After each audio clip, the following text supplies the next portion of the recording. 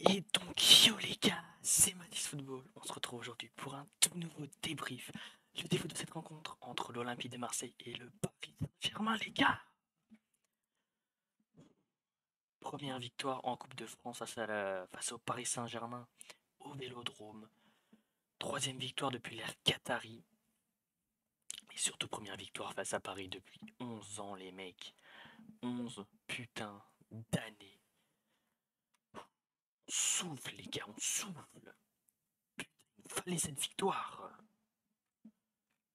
Putain les mecs, mais je suis là tout le peuple marseillais au septième ciel les mecs. On est comme des oufs. Bon, faut pas oublier qu'on est là pour débriefer le match. Victoire 2 buts à 1 des Marseillais face au Paris Saint-Germain en huitième de finale de Coupe de France. Les Marseillais qui verront donc l'écart grâce à un but d'Alexis Sanchez à la 31e minute sur un penalty provoqué par Cengiz Under et surtout une faute de Sergio Ramos incontestable. Ensuite, le second but vient du côté parisien avec cette tête de Sergio Ramos sur un corner. Pour moi, il n'y avait même pas corner. Voilà, Rongier la touche pas, ça passe en dessous de son pied. L'arbitre siffle quand même un corner, donc je sais pas d'où il vient le corner, mais bon, il siffle le corner et malheureusement, ça fait but pour les Parisiens qui rentrent à un partout à la mi-temps. Immérité, franchement, immérité. Et ensuite, les mecs, le pressing des Marseillais est juste incroyable. Perte de balle d'un Parisien. Ça revient sur Malinowski dans la surface. Gros pétard dans la daronne à Donnarumma. C'est bon pour vous? Gros pétard. Cette frappe de Malinowski, les mecs, elle est incroyable. En bref, les mecs, faut quand même débriefer ce match. On a eu le droit donc à une prestation de Paolo Lopez assez pas tranquille, mais les parades qu'il a dû faire, il les a faites. Il n'y a pas forcément eu de grosse occasion non plus pour le Paris Saint-Germain, mais on va dire que les arrêts qu'il lui a à faire, il les a fait. Mbemba, super fort comme d'habitude, offensivement comme défensivement. Franchement, il a fait du bien de ouf, les mecs. Il est beaucoup trop fort. On a ensuite eu le patron, finalement, limite, j'ai envie de dire, de cette défense. Le guerrier celte, Samuel Gigot, les mecs. Qui a tout donné. Il a été incroyable, les mecs. On a ensuite eu Kolasinac qui sort très tôt à la 60e minute, mais on le sentait qu'il en pouvait plus, donc il a préféré laisser sa place à Issa Kabori que je trouve laborieux.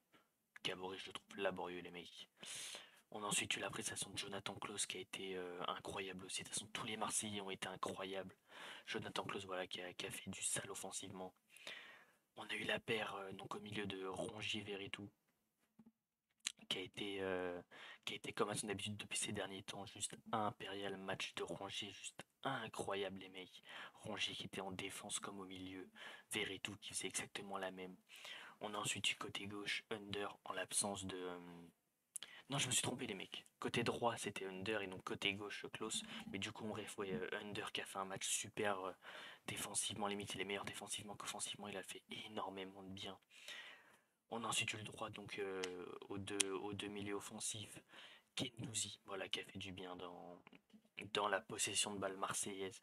Malinowski, je l'aime, ce mec. Putain, les mecs, je l'aime. Il nous envoie un pétard dans la daronne à Donnarumma, les gars. Dans la daronne à Donnarumma. Et on a ensuite une autre deuxième guerrier de cette équipe, Alexis Sanchez, El Niño Maravilla.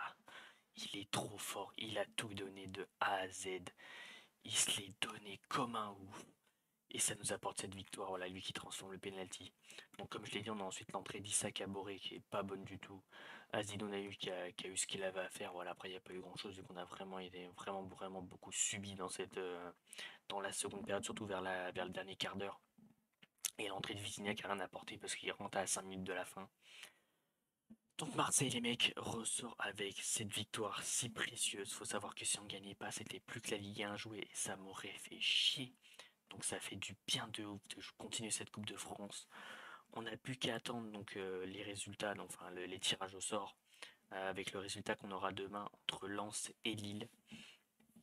Et voilà les mecs, très heureux. J'espère qu'on va aller la chercher jusqu'au bout, cette Coupe de France, jusqu'au Stade de France. J'espère qu'on va aller la chercher les gars.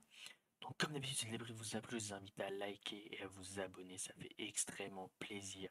En activant la cloche de notification pour être au courant de tous les nouveaux débriefs qui sortent sur la chaîne. À commenter en donnant vos tops et vos flops Sur ce, c'était Mathis Football.